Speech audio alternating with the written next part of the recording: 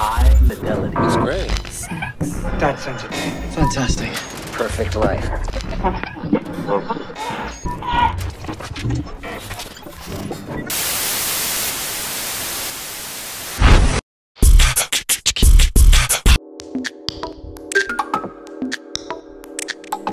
Nous sommes au centre hospitalier de Vauclair, à Montpont, pour présenter le spectacle qui va être proposé le 4, 5 et 6 juillet par la compagnie de théâtre Galop de Buffle et l'association Zapart dans le cadre des commémorations du centenaire de 14-18. Alors j'ai donc dans les mains un tract, la compagnie Galop de Buffle et Zapart présente donc 14-18 The Vauclair Hospital Base Number 3, un hôpital militaire américain à Montpont. Donc est-ce que vous pourriez donc nous dire un peu comment est arrivé ce projet donc à Vauclair? Donc, je suis venu habiter à Montpont il y a une dizaine d'années maintenant. Et c'est vrai que je me suis dit, eh bien, ce serait bien à un moment donné que Galop de Buffle fasse une création sur la commune. Donc j'ai cherché un peu historiquement un sujet qui pourrait être porteur. Et voilà. Et en fouillant un peu, je suis tombé sur cette histoire d'un hôpital américain pendant la guerre de 14-18. Alors comment ça se monte un peu administrativement et culturellement un projet d'une telle ampleur quand même, parce que là je crois qu'il y a 3 répétitions, le 4, 5 et 6 juillet 2014 en nocturne, ça a l'air d'être un gros projet. Il y a combien de participants? Est-ce que vous pouvez nous en dire un peu plus? Alors oui, c'est un gros projet et pas facile à monter.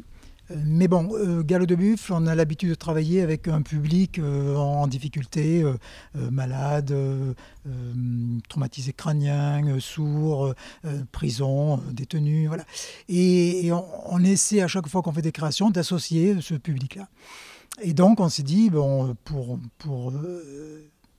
avoir une population, puisqu'il était question de population montponnaise, de population de soldats américains, eh bien, voilà, je me suis dit, mais ce serait bien de travailler avec ce public aussi. Et donc, on a fait appel, vu qu'on était aussi dans Vauclair, accueillis dans Vauclair depuis un peu plus d'1 an maintenant, mais voilà, on s'est dit, ce serait bien de travailler avec des patients.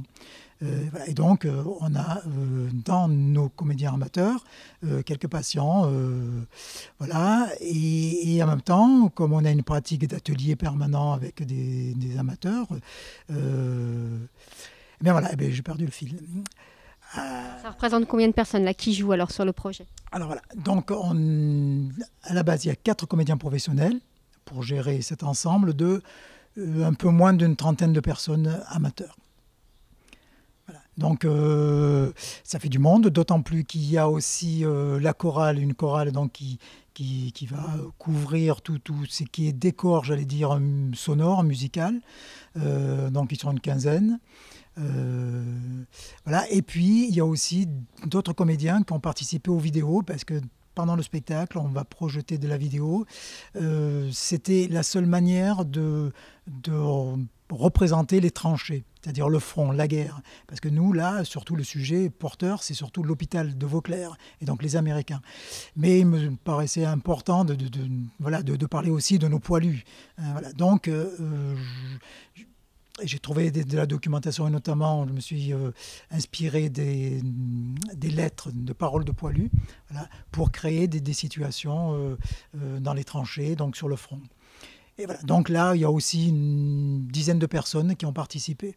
Donc l'ensemble du projet, avec les techniciens, on n'est pas loin d'une 50aine de personnes, peut-être un peu plus même.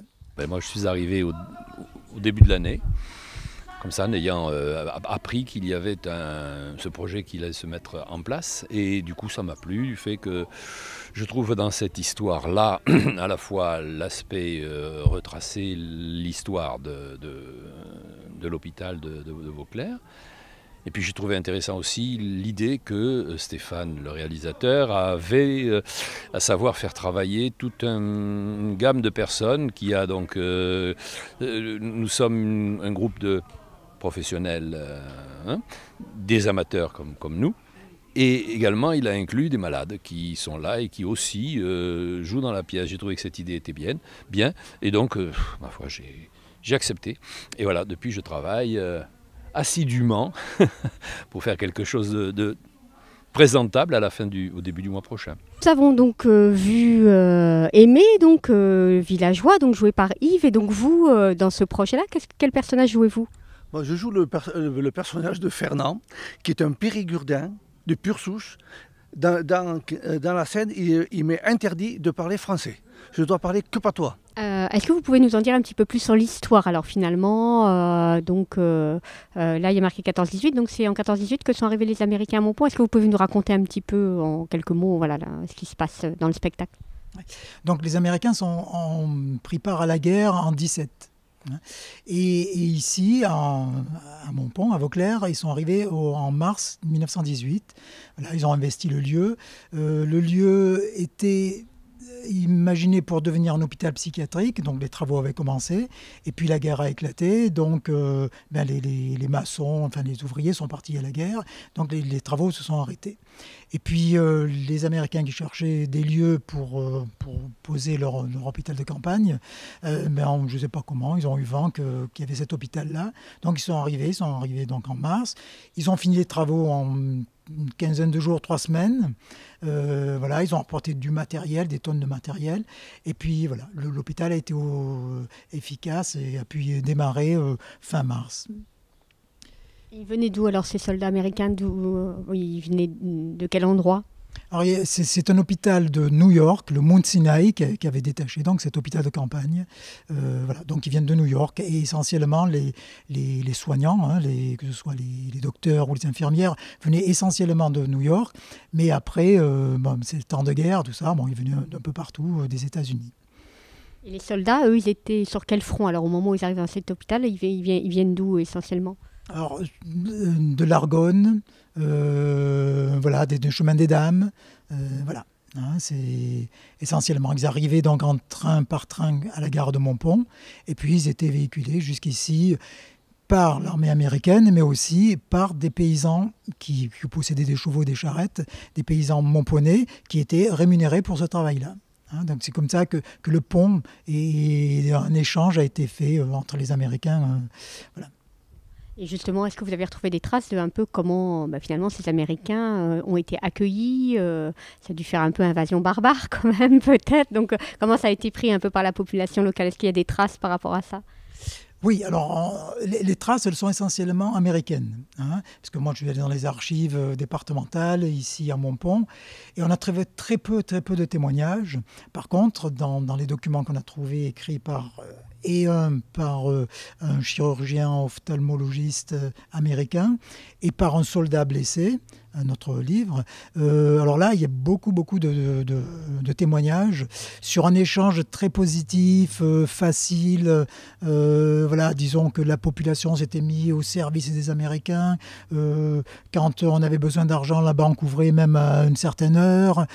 Quand on avait faim et qu'on allait au restaurant, il cite justement le restaurant et la dame qui ouvrait son restaurant, il manquait jamais de rien, c'était pas très cher, il se sentait pas vraiment floué.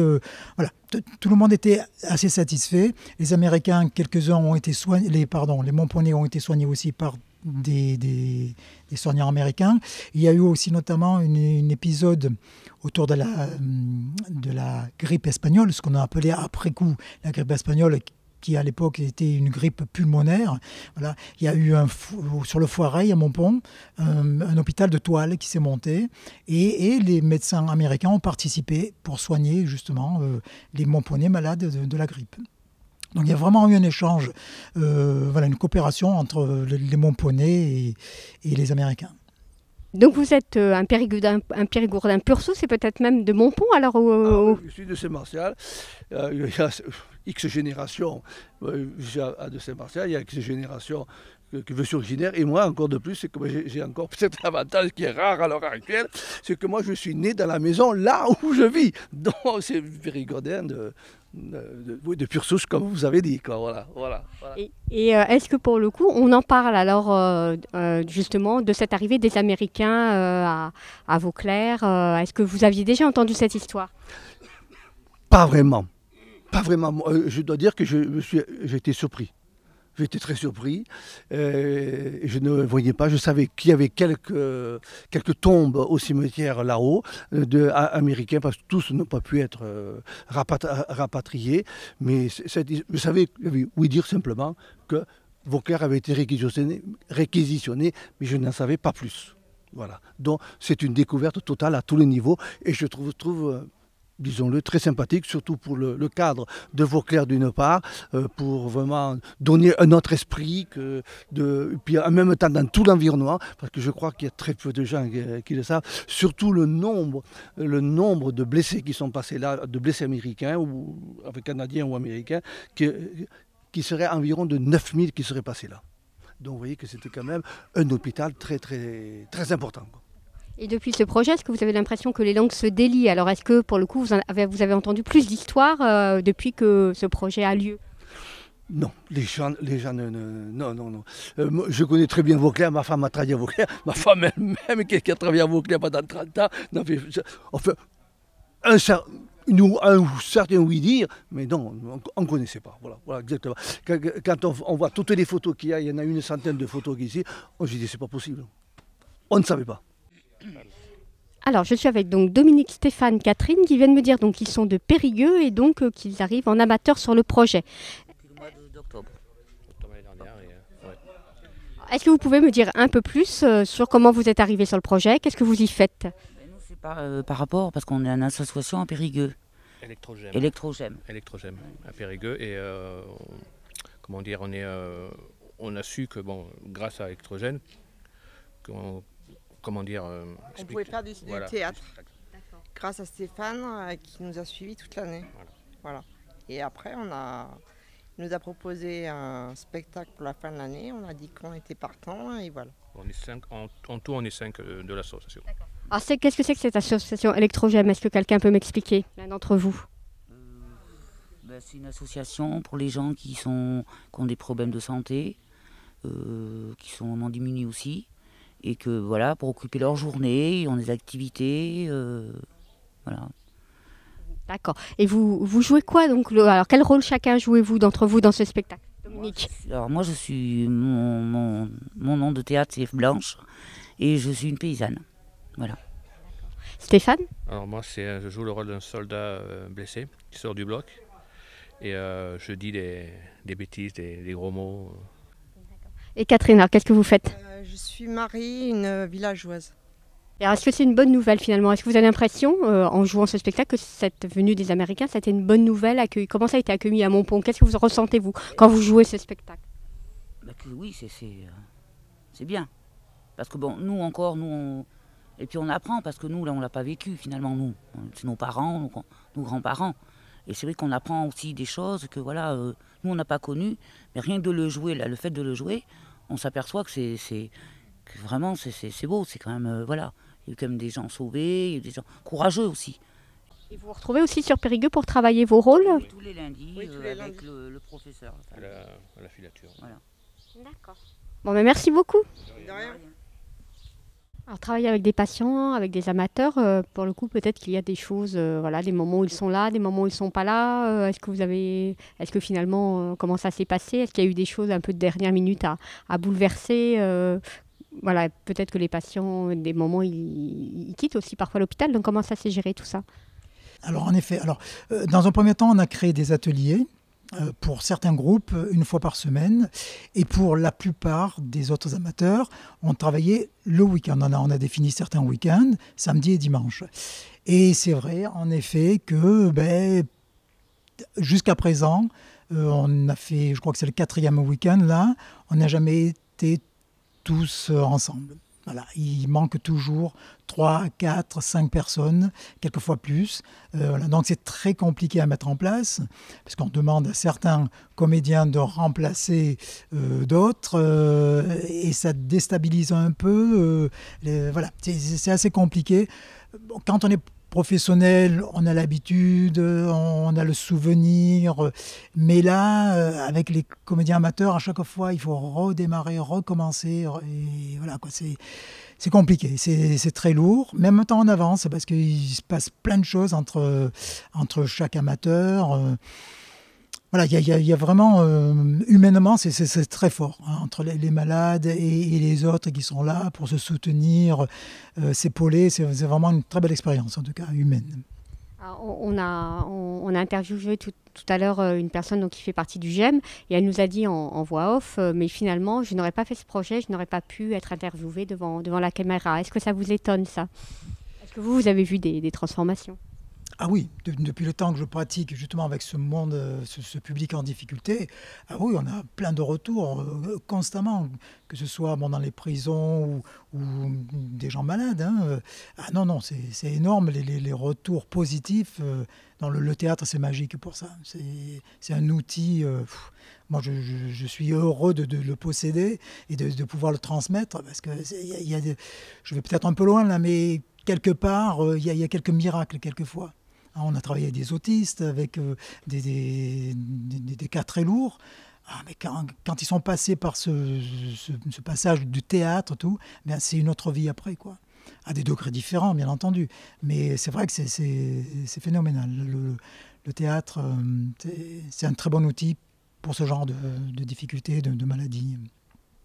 Je vous ai vu avec un tambourin. Est-ce qu'il joue du tambour, Michoulet? Oui, moi je vais sauver. Moi, je vais sauver un tapouin. D'accord. Et vous annoncez quoi? Vous annoncez des nouvelles? Oui. D'accord. Et donc, j'ai vu que vous jouiez aussi avec des comédiens, des comédiennes. Oui. Ça vous plaît? Oui, c'est mon vrai métier, moi. C'est mon boulot, je fais ça. C'est votre... Ça, moi, j'adore, moi, je fais ça. D'accord. C'est votre boulot actuel? Oui, c'est ça. Alors, là, 3 jours de spectacle, est-ce que vous pouvez nous dire comment ça va se dérouler? Alors, le 4, le 5 et le 6 juillet, là, donc je crois que c'est à 21h30, hein, voilà. Donc, est-ce que vous pouvez nous dire un peu, voilà, si les gens viennent, qu'est-ce qu'ils vont voir, comment, voilà, à quoi ils vont assister? Bien, alors, il y a une exposition qui découvriront en rentrant, parce que l'entrée de la salle, mais du cloître où va se dérouler le spectacle, se fait donc dans le couloir du cloître. Et là sont exposées 100 photos qui ont été récupérées dans les archives américaines de l'hôpital de Mount Sinai à New York. Voilà. Et donc les gens vont, en venant s'asseoir dans les gradins, défiler devant les photos. Là, donc ils sont recueillis là. Et ensuite, eh bien, on va attendre la pénombre, parce que dans le spectacle, comme je disais tout à l'heure, non seulement il y a l'éclairage, mais il y a aussi de la vidéo. Donc il faut qu'il fasse un minimum nuit, quoi. Voilà. Et donc après, ils voient donc à la fois de la vidéo et du théâtre. Alors c'est ça? Voilà. Alors la vidéo, on a pris le parti de filmer toutes ces séquences-là en muet. Et disons l'habillage sonore, en fait c'est la chorale donc de Saint-Aquilin, l'oreille en coin, qui va donc accompagner ces images par des chansons d'époque. Hein. Tout ce qui est sonore, ce sont des chansons de l'époque, pour la plupart françaises. Et les gens reconnaîtront, les plus anciens reconnaîtront, et Madelon, et Marguerite, et la caissière du Grand Café, voilà, quelques chansons comme ça. Il y a une chanson américaine, nostalgique, qui se chantait à l'époque, que les soldats américains chantaient. Et puis il y a donc un accompagnement sonore à l'orgue de Barbarie, et là c'est pour... ce n'est que de la musique, donc un moment classique, de musique classique, et c'est Pavane de Forêt, donc, qui a été créé à cette période-là aussi. Voilà. Et après, il voit donc ça commence par la vidéo, et après, il y a le théâtre, alors. La vidéo, oui, le spectacle commence par une image de vidéo, mais ensuite, voilà, c'est ponctuel. Hein, de temps à autre, on a de la vidéo, donc avec la chorale, et ensuite, il y a des scènes de théâtre qui se déroulent, voilà, et c'est ponctué par je crois qu'il y a 5 moments vidéo. La population, nous sommes le 14 juillet, libération de la France, de par les Américains, les Anglais, les Britanniques et les résistants. Vous êtes invités ce soir au bal.